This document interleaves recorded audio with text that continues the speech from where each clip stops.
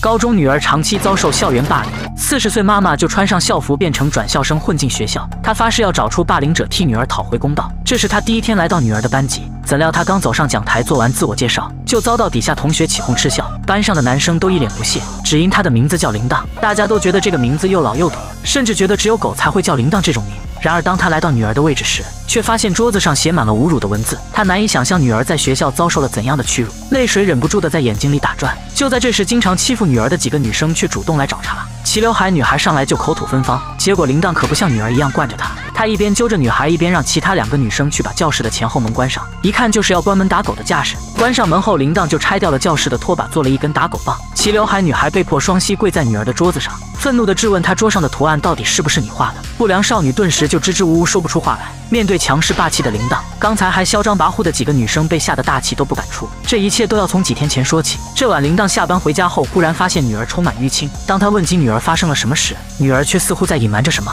只说身上的伤是自己上体育课不小心弄的。但是铃铛再傻也能看出来，这明明是被人打出来的伤痕。女儿因为受到刺激，还几乎接近崩溃，在家中甚至剪断了自己的头发，拿着小刀六神无主地缩在墙角。这一举动着实吓坏了全家人。铃铛当即就把女儿送到医院检查，医生诊断出女儿患上了抑郁症，需要住院治疗。铃铛曾多次来到学校找班主任反映情况，但班主任却比划着手势暗示想得贿赂。见学校处理不了，铃铛又去了教育局进行投诉，奈何他们都是敷衍了事的应付铃铛，因为他们不敢触碰恶势力背后的财团，所以事情一拖再拖，还是没有任何结果。但是铃铛不能让女儿就这样忍受屈辱，于是这天他来到夜场，仅凭一己之力就单挑了一群彪形大汉，将他们打得落花流水之后，铃铛就霸气告诉这些夜场小弟，赶紧去把你们老大找来。原来铃铛曾经是威震首尔的大姐大，而眼前这个身着公主裙、手持魔法棒的黑帮老大，正是铃铛昔日的手下韩公主。铃铛当初为了女儿退隐江湖，过起了相夫教子的田园生活。虽然铃铛和韩公主10几年未见，但来不及叙旧的铃铛直接就表明来意，他要韩公主用势力帮助自己塑造一个高中生的身份，他要混进学校去为女儿报仇。韩公主听完表示，报仇这种小事根本用不着您亲自动手，我只需要叫小弟们出去摆平就可以了。可铃铛却说，正是因为不知道是谁打的女儿，所以自己才必须亲自出手去查出真相。而为了让铃铛顺利进入学校不被发现，于是韩公主让人绑了学校里唯一认识铃铛的班主任，威胁他主动向学校提出了离职。虽然铃铛40岁了还童颜依旧，但是中年妇女的波浪卷还是会出卖她的年龄。于是韩公主又带着铃铛来到发廊做了新造型，一番打造之后，铃铛瞬间就变成束发的妙龄少女。虽然看上去达不到18岁的效果，但不仔细看的话，19岁还是没问题。同时韩公主也给铃铛塑造了新的身份，那就是让她假装成自己的女儿。就这样，昔日的手下成为了铃铛的妈妈。尽管这样，也更体现了2人曾经的情谊。随后就出现了铃铛在教室里收拾几个女生的画面，但在她收拾几个女生时，突然走出一个男同学阻止了她，而这个男同学说话的声音和之前威胁不让她调查女儿的那个人声音一模一样。铃铛根据回忆想起了他，也觉得女儿变成现在这副模样一定与眼前这个人脱不了干系。随后他毫不犹豫，直接一个转身就掐住了男生的脖子，然后就准备配合一拳，怎料却突然被班主任抓住了。然而弱不禁风的班主任又岂是铃铛的对手，一下子就被他拽过来夹在了胳膊下。随后2个大男人就像2个软柿子，被铃铛在手上不断的揉捏。一个复读生竟有如此强大的战斗力，一旁的同学们都被吓得呆若木鸡。事后被铃铛收拾的齐刘海女孩直接开口表示想要认铃铛做大哥，而从齐刘海女孩口中得知，刚才和铃铛对打的校霸大壮正是学校最强战力，可真正有权势的人却是小帅。尽管他个子矮不会打架，但是校霸大壮看到他时连屁都不敢放一个，只因小帅是学校会长的儿子，如果得罪了小帅，甚至是老师都会因为他的一句话被学校开除，所以学生们对他更是充满了畏惧。所以校霸大壮只是小帅的一个打手，学校真正的老大是小帅。更加重要的是，铃铛还在齐刘海女孩口中得知，这个小帅还追求过他的女儿小美，可小美却拒绝了他的追求，所以小帅感觉丢了面子，才放任同学们欺负他。听到这些信息的铃铛只感觉一定是大壮受到小帅的指使，所以才动手打了女儿小美。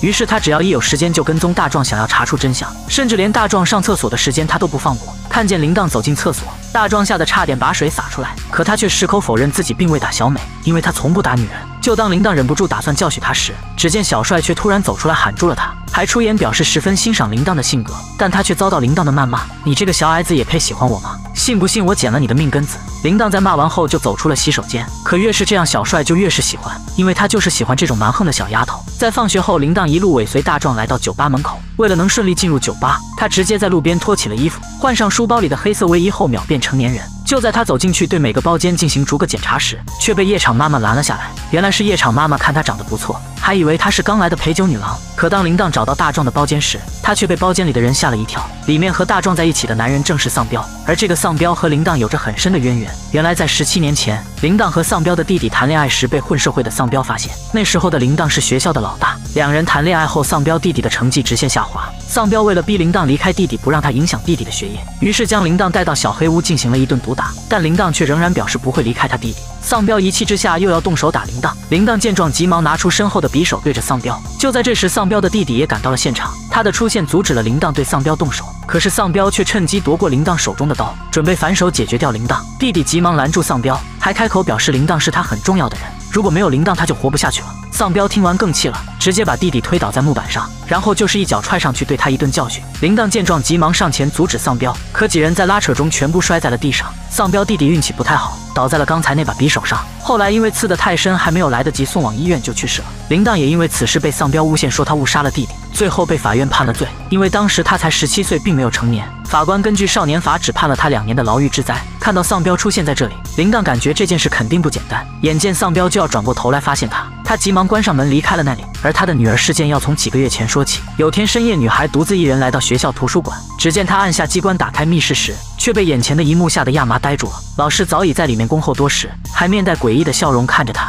随后女孩就离奇的从教学楼上跳了下去。第2天就被摆上了一照。女孩名叫小景，单纯可爱的她性格很内向，所以时常遭受到同学们的欺辱。但是这天被老师阿伟英雄救美，两人从此感情迅速升温，过着浪漫而甜美的师生恋。然而时间久了，阿伟却不甘心只拥有小景一人，他很快就爱上了其他女人。为了甩掉小景，阿伟便安排学生威胁小景让她转学，但是却3番2次的被小景的好朋友小美阻止，因此小美也被牵涉其中。为了保护好姐妹，小景这天暗自跟踪阿伟时，发现了他在图书馆的秘密。只见女秘书打开第1层机关后，他们就来到了密室大门。小景清晰地看到了密码的顺序，进到密室后，里面全是保险柜，每一个柜子里都放着他们犯罪的证据。当阿伟从密室走出来时，小景却主动找到他想要用这个秘密威胁阿伟，让他不要再伤害小美。只要阿伟答应他不再伤害小美，自己就会保守这个秘密。可单纯的他根本想不到，在坏人眼里只有死人才会保守秘密，这是即将葬送他年轻生命的一次鲁莽行为。在小景走后，阿伟于是就拨通了打手丧彪的电话，紧接着丧彪就在酒吧里面见了校霸大壮，他下令让大壮找机会将小景从楼上推下去，制造小景因为受到他的霸凌而跳楼身亡的事故。丧彪还威胁大壮，就算你最后被判刑，也最多2年的时间，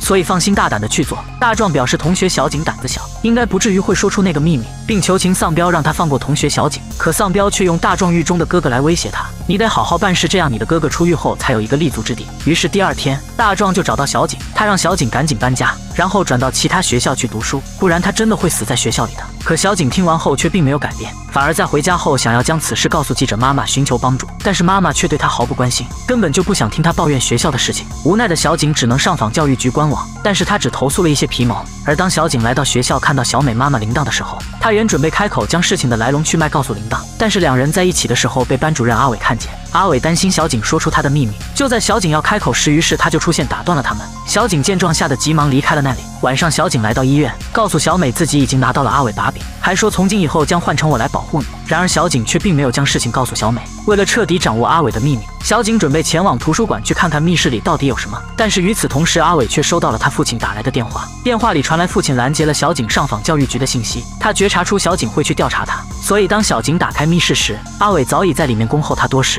为了保证自己的利益，阿伟一路将小景追到学校楼顶，然后再让丧彪动手，最终制造了他跳楼的假象，并还伪造了一封遗书。遗书中的内容则是因为遭受校霸大壮霸凌才选择结束的生命，而大壮因为只有17岁，并且受害者是自尽，他只被判了2年的监护，连牢狱之灾都不用做。但是在葬礼上时，小美却突然出现，找到阿伟，当着所有人的面指责他是杀人凶手。可接下来小美就后悔了，因为自己没有证据，又害怕惨遭老师阿伟的报复，于是他就在病床上装疯卖傻，见到谁都说他是杀人凶手，甚至看到一个素未谋面的奶奶都会说一样的话。而实际他这么做的目的就是为了给老师阿伟看，只有这样才能保证自己和妈妈的安全。几天前他最好的朋友小景去世了，小景在学校跳楼时已经怀孕3个月，而阿伟正是小景生前唯一的男朋友。为了掩盖自己知道真相的事情，小美只好先装疯卖傻，不让阿伟怀疑。医生看到这种表现，给她确诊为记忆障碍症，表示这种病症会忘记以前一切不开心的事情。然而当四下无人时，小美把铃铛带到了角落，她质问妈妈为什么要假扮成学生混进学校，妈妈则表示她不能看着自己女儿白白受欺负。小美想要让妈妈放弃追查离开学校，但是被拒绝了，并且铃铛还想要让小美转学，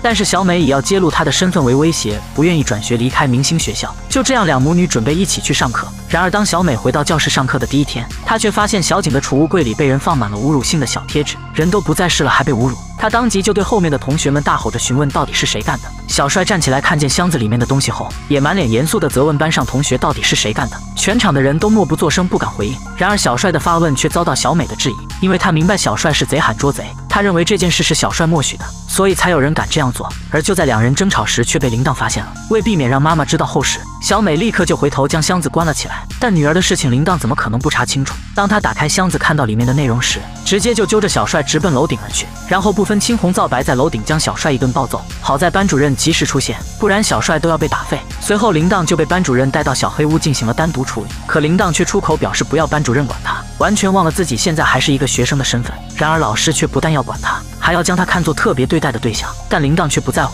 他更是在午休时翻过学校围栏，当着女儿的面直接从3米高的地方跳下去，然后就这样翘课了。然而这一幕又被班主任看见了。随后铃铛来到韩公主这里，说她今天看到她老公在丧彪手下工作，想让韩公主帮忙调查一下真相。两人聊了一下午，就在铃铛准备离开时，班主任却突然打来了电话。电话中班主任表示要来家访，韩公主一听急忙说自己太忙了不在家，然后就开始装信号差。可怎料班主任已经来到了这里，看到他已经来到了酒吧，这一下着实很尴尬。见面后，班主任和韩公主沟通着铃铛在学校的暴力行为时，小弟却突然走进来送喝的，然而他拿的却是茶味啤酒。为了维持自己好家长的形象，韩公主当场对着他一顿臭骂，并只好解释说铃铛是从小就住在酒吧里。班主任一听顿时就明白了，铃铛动不动就打人，还出口成章满嘴污秽。他责怪韩公主不应该让铃铛在这种地方生活。一顿说教下来，韩公主也顶不住，直接开始假装的哭了起来。听见哭声，铃铛急忙跑进来安慰她。然而当韩公主的小弟送饮料看见老大哭了的时候，他还以为是班主任欺负了老大，于是急忙开始摇人。下一秒班主任就被韩公主的小弟围了起来，这阵仗把班主任吓得直哆嗦。所以这次家访到这就结束了。第二天韩公主不得不来到学校，然而这登场方式也太高调了吧，千万豪车压轴2名小弟护场。教导主任看他肥头大耳的样子还十分欣赏，感觉又能捞到不少油水，当即就把班主任赶出去要和家长私聊，以昨天铃铛打架为由提出可能会开除他，很明显就是暗示想要收取贿赂。韩公主见状，于是只好哭着卖惨请求教导主任放过铃铛，怎料教导主任却暗示他给自己1000万，韩公主又怎能惯着他，于是带着笑意去将门反锁了起来。紧接着他就揪着教导主任的刘海，并摘下头顶的帽子给他戴上，然后就是一顿毒打。半小时后，教导主任就服服帖帖地将韩公主送了出来。然而一波未平一波又起，因为之前小帅被铃铛打了一顿，于是在大壮被法院审判后回学校的第一天，他就让大壮帮他动手教训铃铛。可大壮还处于被监控的状态，如果动手打人极有可能被送入大牢，但小帅可不管这些，仍然让他大开杀戒。见大壮不听自己的话，小帅感觉自己在同学面前颜面尽失，被侮辱的大壮于是脱下校服走到小帅面前就是一拳。小帅没有想到自己会被一直听命行事的小弟揍，于是站起来就和他打了起来。可两人打斗时却把小美撞倒了。小帅的跟班想要去通风报信，好在被齐刘海女孩他们拦了下来。就这样，全班同学在这里打起了群架。铃铛见女儿被撞倒，一气之下逮住两人一起揍。小帅一拳，大壮一拳，谁都别想逃。班主任得知消息来拉架，怎料他也一样照打不误。最后3人灰头垢面被带到了办公室。教导主任得知会长儿子被打，不问青红皂白，直接对准大壮拍了一下，然后就要火急火燎地把小帅带到医务室去，就生怕太子爷出事。而为了保下大壮，阿伟让班主任将这件事在校内处理即可，不然他就只能去吃牢饭了。经过这次打架事件，阿伟担心小美是在装失忆，于是他在第2天见到小美时，特意把她带到了图书馆里谈话。经过一番交流，确认无误后，这才安心离开。然而小美却在阿伟离开后，在图书馆的角落捡到了小景的书包挂饰，这个挂饰她也有一个，是她和小景一起挑选的闺蜜款。两人视为真物的挂饰掉落在图书馆，加上阿伟刚才特意把她带到这里，因此聪明的小美一下就觉察出图书馆里肯定有秘密。于是夜晚，小美独自一人来到图书馆，想要寻找线索。但不巧的是，阿伟和会长秘书今晚也要来这里取文件。小美见状急忙躲了起来。就在阿伟打开密室时，小美却不小心把书弄掉在了地上。秘书听见声音便开始一格一格的寻找，但最后他看见的人却把他吓得亚麻呆住了。这个人正是铃铛。然而更巧的是，铃铛和秘书竟还是旧相识。当阿伟问及秘书有什么情况时，他也并没有因此出卖暴露铃铛。于是第二天，铃铛让韩公主叫来了会长秘书。原来秘书也是小美高中时期的小跟班，同时也是当初出庭作伪证指证铃铛杀害丧彪弟弟的人。而铃铛找到他也并非复仇，而是想要询问他阿伟的事情。可秘书却因心怀愧疚拒绝了铃铛的请求。尽管他拒绝了铃铛，铃铛还是追出来向他表示了感谢，因为正是秘书当年的伪证，才让他有机会认清自己，做回一个正常人。而小美因为昨晚看到了阿伟按下机关的位置，于是第二天她趁着图书馆四下无人时，便悄悄地来到这里，想要查出真相。然而就在她要碰到机关时，却被大壮拦了下来。大壮把她带到了一个隐蔽的位置，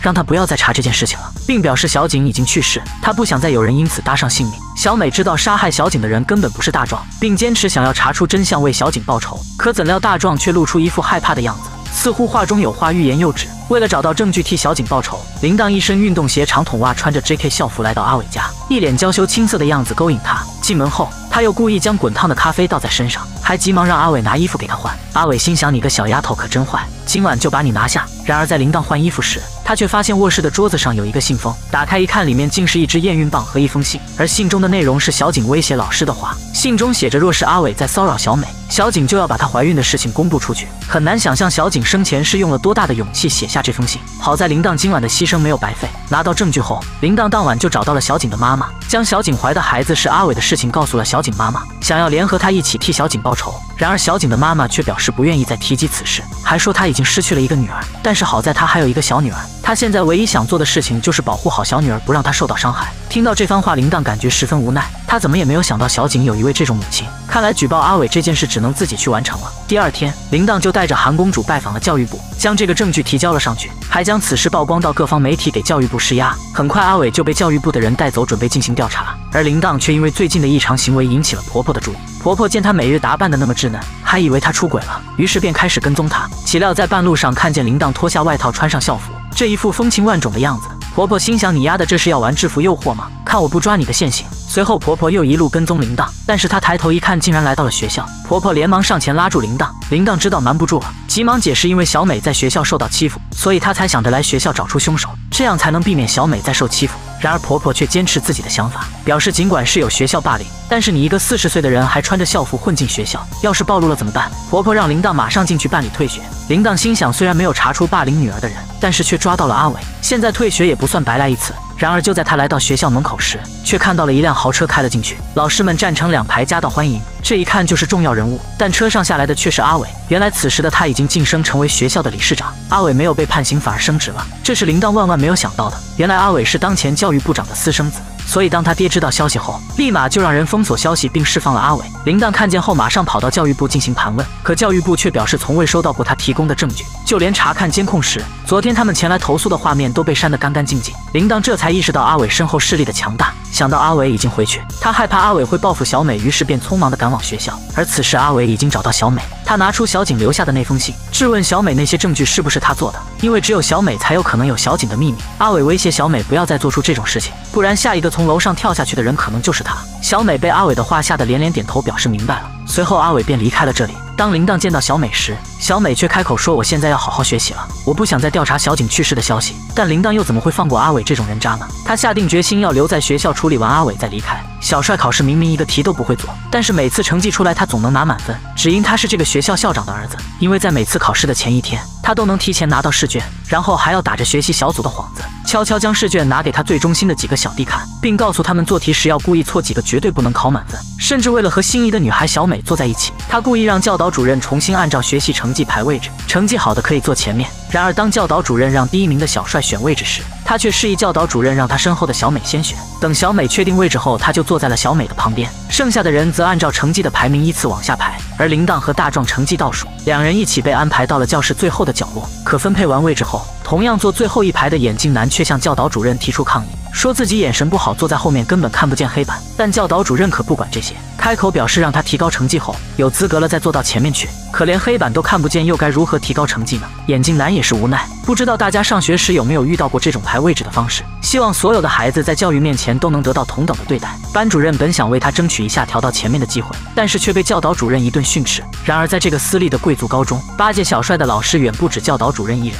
体育考试时，别人单杠要做20个及格，而小帅只需做1个就能拿到满分。音乐考试时，大家都在卖力认真的表演，而小帅上台时却将歌词直接朗读了出来。老师却赞美说，这种面试式的歌剧风格简直开启了音乐界的新篇章，你真的十分完美。而面对学生提出的质疑，老师只说了句，那是因为你不会欣赏。英语的口语考试更是夸张，轮到小帅时，他指了指喉咙不舒服，老师就明白了他的意思。但是在这次期中考试前，小帅在给小弟透露试卷时，铃铛的小迷妹也跟了上来。他请求小帅给自己一份试卷，因为如果这次考试考不好，他就会被送到美国去留学。然而小帅却提出要他帮忙对付铃铛。而就在小迷妹犹豫的时候，这时铃铛也走了进来。众人见状，急忙将试卷藏了起来。铃铛走近后，一把夺过其中一个女孩手中的试卷，打开一看，竟然是明天英语考试的卷纸。就在他想要将试卷全部拿走时，却被其中一个男生给推倒了，一旁的架子倒下来，死死地把他压在了下面。几人见状，急忙离开了房间。而小迷妹为了这次考试能考好，选择抢走铃铛手中的试卷，也独自离开了那里。但撕坏的试卷还有一截留在铃铛手中。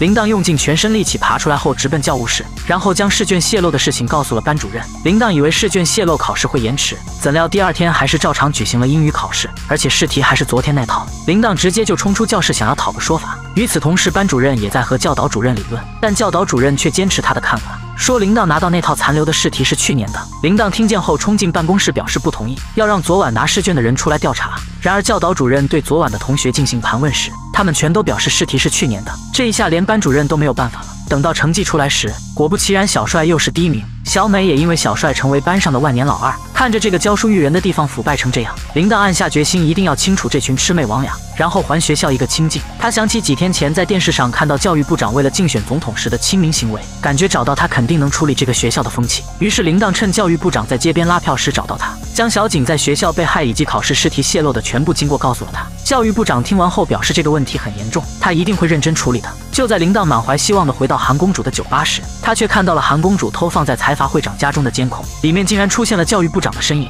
铃铛这才明白他们都是一伙的。几天后，财阀会长以为找到教育部长的人是小美，于是就让丧彪将小美绑了起来。为了威胁小美不要再多管闲事，丧彪用小美的手机联系了她的妈妈。可是当小美妈妈出现时，丧彪发现那人竟是铃铛。如今2人相隔17年再次遇见，而其实小美也正是17年前丧彪强行和铃铛发生关系生下的孩子。丧彪这才意外发现这个女孩极有可能也是他的女儿，并且小美今年刚好17岁，可铃铛却一口咬定孩子不是他的。于是2人又发生了争吵，铃铛拿起匕首威胁丧彪不要伤害孩子，但是他的刀又一次被丧彪抢了过来。就在这时，班主任也来到了现场，但铃铛都打不过他，又怎么会是丧彪的对手？班主任一下就被打趴在地上，紧接着丧彪就和铃铛打了起来。然而17年前的那一幕再次上演，这次的结果是班主任替铃铛挡下了一刀，才结束了这次搏斗。但好在这次刀刺的并不深，铃铛把班主任带到韩公主的酒吧，并叫来医生进行了救治。第2天，丧彪找到在他手下工作的吴长物，也就是铃铛的丈夫，询问了小美是不是她亲生女儿的事情。铃铛丈夫却如实告诉了他，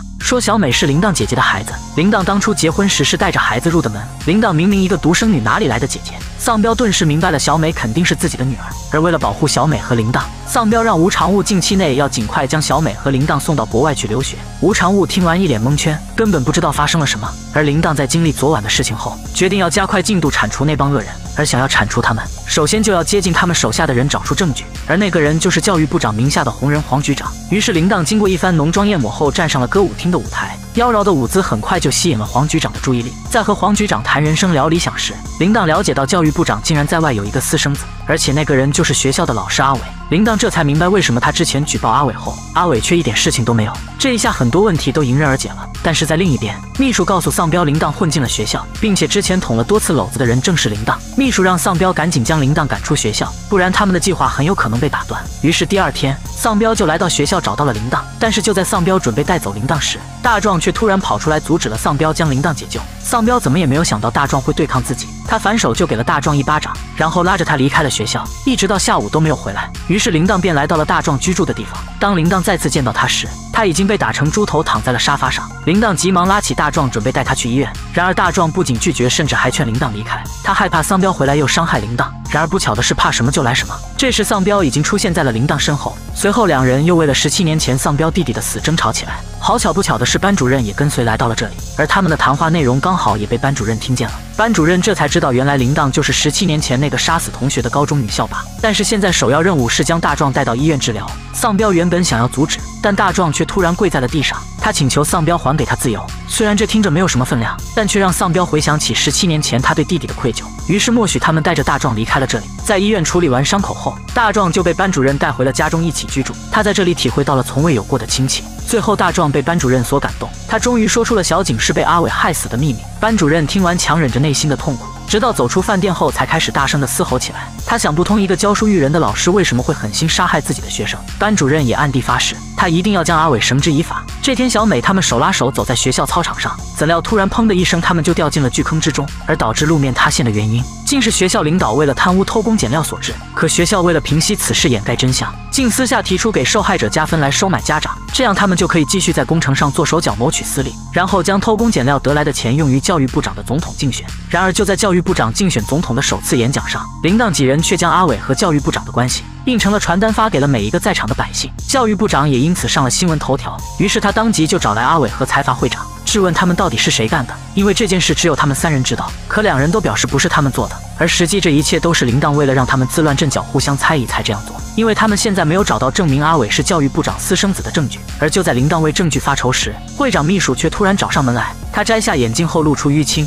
一见面秘书就拿出了一份录音。这份录音正是阿伟母亲生前和教育部长的通话，通话内容大致为阿伟母亲在最后的生命里请求教育部长让阿伟认祖归宗，但却被教育部长无情拒绝。秘书说，因为他跟了财阀会长多年，又做秘书又做情人，但却一直遭受会长的毒打，所以他才拿出这份录音，想要让铃铛帮他报仇。拿到证据的铃铛也感觉终于可以扳倒那群恶人了。而另一边，阿伟为了不影响父亲参加总统竞选，于是准备在学校里召开新闻发布会澄清关系，而这也正是曝光录音的最佳机会。然而就在发布会开始时，教育部长竟也来到了现场，他直接就向在场的记者坦白了他和阿伟的父子关系，假惺惺地表示自己隐瞒都是为了保护儿子，完全将他抛妻弃子的事情扭曲。紧接着还在现场和阿伟演戏，装出一副父慈子孝的样子。就在这时，铃铛急忙站出来发声反驳：“你们刚才说的一切都是谎言。”随后班主任就发消息让秘书放出那段录音，怎料广播却播放的都是小美管铃铛叫妈妈的录音。这一下全校的人都知道铃铛是小美的妈妈了。铃铛想要抓住最后的机会，他当着众记者的面说出了阿伟所有犯罪行为，但却被全场的人当成了精神病。原来这一切都是秘书设计的阴谋。几天前，秘书将铃铛3番2次制造事端的事情告诉了阿伟，于是阿伟就故意让秘书给了铃铛那份录音，然后公布录音时调包了录音文件，就是为了曝光铃铛40岁还混进学校的事情。铃铛也因此被学校起诉，送进了警局进行调查。好在班主任找来了他的法官老爹，最终将铃铛从局子里面保释了出来。然而出来后的铃铛并不甘心，这次他以家长的身份拉着横幅来到学校门口，指证阿伟犯罪以及豆腐渣工程的事。这一举动引起了三流媒体的关注，随后三流记者就对他进行了采访，铃铛因此名声越来越大，不断的有人想要来采访他。然而那些记者采访的问题并不是学校，而是问他如何保养的，如何做到快40岁了还能保持童颜，甚至想要请他去做广告代言人。铃铛原本想要靠着这群记者曝光阿伟，但这下看来是没戏了。而就在他接受采访时，小美正被另一个人以记者的身份骗到了小黑屋里关了起来，而下令抓住小美的正是小帅的父亲。小帅为了救小美，于是冲了进来并顶撞父亲，却被一巴掌扇在地上。好在丧彪及时出现救下了小美，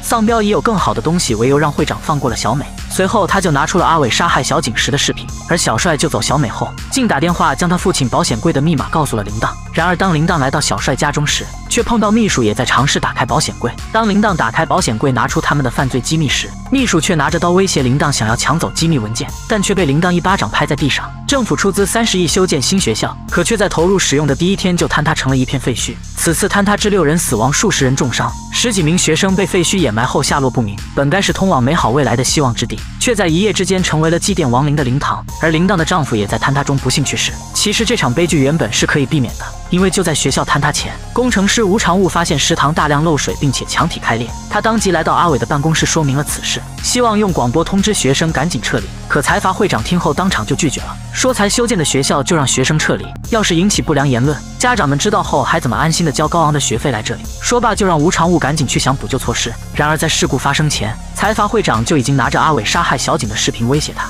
让他将豆腐渣工程责任全权包揽下来，即使到时候被判贪污罪，他也最多享受几年的牢狱之灾。可事情发生后，阿伟却不愿意自己承担罪责，他来到会长的病房威胁说，这件事自己不能就这样一个人承担。阿伟说，若不是当时你极力阻止广播通知学生撤离，事情也不会闹这么大。他提议将此事的责任推到吴长物身上，因为吴长物已经去世，一个死人是无法开口的。然而两人的对话却被小景的妈妈假扮护士录制了下来。随后小景妈妈就拿着录音来到铃铛这里，他们决定用这个录音起诉阿伟，这样就可以为去世的小景报仇。然而在法庭上时，阿伟的律师却拿出了吴长物卡中收到巨款的证据，他们在法庭上完全将责任推给了死去的吴长物。随后铃铛这方的律师就故意询问阿伟，问他是不是不知道工程出事的事情。阿伟则一本正经地回答不知道。就这样第一次庭审下来，并没有得到任何结果。铃铛几人回到韩公主的酒吧时，小美的手机却突然响了起来，而手机的来电人却是小景。全场的人都被惊呆了，但是当小景妈妈拿过手机接听时，电话的另一端却是警方打来的。随后他们就来到警局准备拿回手机，但是看到手机时，铃铛却发现手机是大壮的。原来是大壮在学校坍塌前悄悄来到丧彪办公室，在这里他找到了小景的手机卡，然后将小景的卡放进了他的手机里。然而在他们查阅小景手机里的遗物时，却意外发现了小景受害前录下的视频，视频中明显的录下了阿伟对小景行凶的全过程。所以在第二次开庭时，他们果断地拿出了这个视频，指证了阿伟的罪名。而财阀会长见阿伟罪证已经坐实，他当即就将学校坍塌的罪责推到了阿伟身上。阿伟也在庭审结束后就被抓了起来。得知儿子的事情败露，教育部长当即就开了新闻发布会向媒体致歉，表示他没有做好一个父亲才导致这样的结果，还发声一定会让法律好好的制裁阿伟，他要让整个国家的人都知道王子犯法与庶民同罪的道理。说完还当着众记者的面跪下向全韩人民致歉，完全打了一副政治好牌。然而教育部长当着媒体说的话也被律师放给了阿伟看，阿伟看完很不甘心，就这样背锅。于是他用律师的手机打了电话给会长秘书，让秘书拿出了那份足以威胁他爹的录音。而班主任为了保证第3次开庭的胜诉，他还特意打电话请回了财阀会长离家多年的妻子，让他回来指证财阀会长和教育部长的勾当。但是在开庭前半小时，新闻上却发布了财阀会长出卖教育部长的信息。他说这些事情都是教育部长以长官的身份威胁他，所以第3次庭审在阿伟的录音和财阀会长夫人的指证之下，几人的罪证一下就被坐实了。最后阿伟以杀人被判无期徒刑，教育部长被判有期徒刑8年，财阀会长何丧彪被判2年，秘书被判1年。然而就在大家都以为这件事到此结束时，财阀会长却在3个月后被新任首相提前释放。他出来当天就带人要去找铃铛复仇，可就在他要对铃铛动手时，丧彪却突然出现在了现场。原来丧彪在换监狱的路上得知财阀会长出狱，他猜到会长肯定会报仇，于是他趁着警察上厕所时打晕了其中1人，就趁机跑了出来。他先找到小美，告诉了小美他真实的身世，其实小美是他弟弟的孩子。他在小美面前忏悔，表示很后悔错手杀了弟弟，还表示要为他自己的罪孽赎罪。随后他来到了财阀会长的老巢，在这里丧彪就下了铃铛，可在铃铛的阻止下，他并没有杀害会长，但财阀会长最后却死在了一个身穿白色皮鞋的人手上。就这样一个不起眼的妈妈，凭借一己之力搅翻了财阀恶势力。喜欢视频请点赞关注我，下期更精彩。